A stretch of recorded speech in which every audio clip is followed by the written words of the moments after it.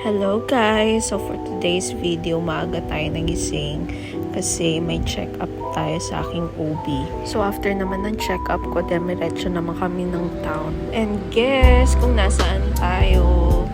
Kung kaya ng sagot mo, may tama ka. So sa video na to guys, papakita ko sa inyo kung ano ang meron sa thrift shop dito sa Fiji. So saan nga ba ang Fiji? Alam ko marami na naman magtatanong sa inyo niyan. I-Google Map nyo na lang. So ayun, nakapasok na nga tayo dito sa thrift shop.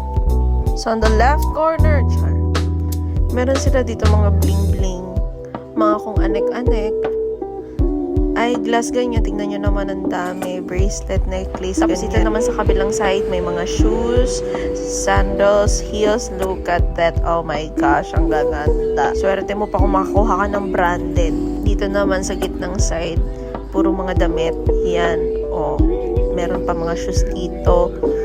Mga pang girls, mga flat sandals. Meron din sila dito mga dresses na mahaba.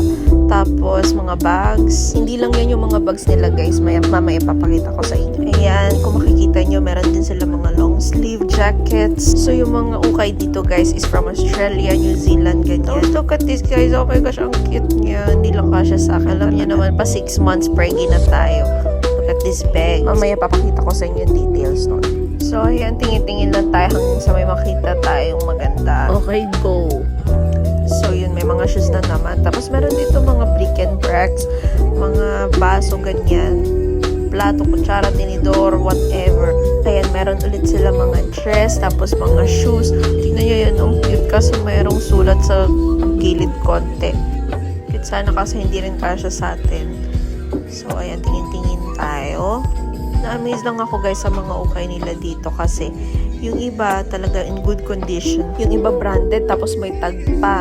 So this side naman makita ninyo may mga tumbler, kaserola, ganyan, mga baking trays. Ako talaga mga madam, most of my stuff is second hand. Yes, puro ukay. Hihira lang po ako bumili ng brand. Minsan kahit school supplies ng mga bata, dito na rin po ako bumibili. Why not, diba? Nakamura ka na, naka-branded ka pa. This side naman mga mushroom, kikita nyo may mga wallets, tapos mga purse.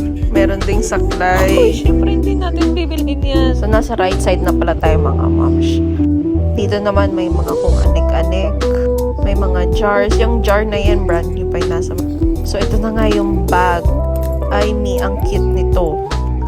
Colette ang brand niya. And yes, in a very good condition po siya mga mom. Pero syempre, di natin bibilhin dahil priority natin ang maternity dresses, newborn clothes, and stuffs. So, ayan mga moms, pataas na tayo sa second floor. Ay, hindi ko na-check yung mga bra dyan. May mga panty din pala dyan and other swimsuits. Pero di tayo bumibili ng panty. Kasi hindi natin alam. Baka may sakit yung last na gumamit nun. And ayan, nandito na tayo sa second floor. This side naman, bumungad sa atin yung mga sapatos ng mga bata. May mga t-shirts din. And mga shoes for boys. So, syempre, dito sa second floor, most of the items naman dito is pang lalaki. And pang bata. And ayan, iikot ko kayo mga moms. Tignan natin kung ano pa makikita natin at mahanap. And ayan, makita ninyo, mayroong mga tumbler pang kids, mga plates, containers, cups. So ayan, sistema na container, mahal po yan pag brand new. Hindi ko lang na-check itong price na to kung magkano. So this side naman, mayroong mga feeding bottles. Uy, Tommy TP. Ayan, mga feeding bottles, branded po yan mga madam. And chinek ko, parang bago pa siya. At yan, may mga cups ulit, may mga kung anek-anek. Tapos tumingin ako sa taas, tapos may nakita akong pineapple peeler, which is $10 lang. Naka-sealed pa siya and brand new. Punta naman tayo this side, so makikita natin. Merong coffee maker, blender, chocolate fountain. Meron din sila ditong waffle maker. Nakita ko nga ito, ang daming hair curlers. Siyempre kung may hair curler, may pang straight din. Dito naman sa side na to, mga shoes pang bata. And meron pa dito mga long dresses. Walang katapusang dress. At syempre sapatos ulit, mga pang lalaki. Dito naman may picture frames. May mga organizer. And yoga mat din. Kung anik-anik ulit. Tapos mga hanger. Sorry na mga madam, di ko na videohan ng maayos. Nagmamadali rin kasi ako that time. Kasi may naasikaso lang din yung asawa sa labas nitong thrift shop. Kaya bawi ako sa susunod na video. Bye!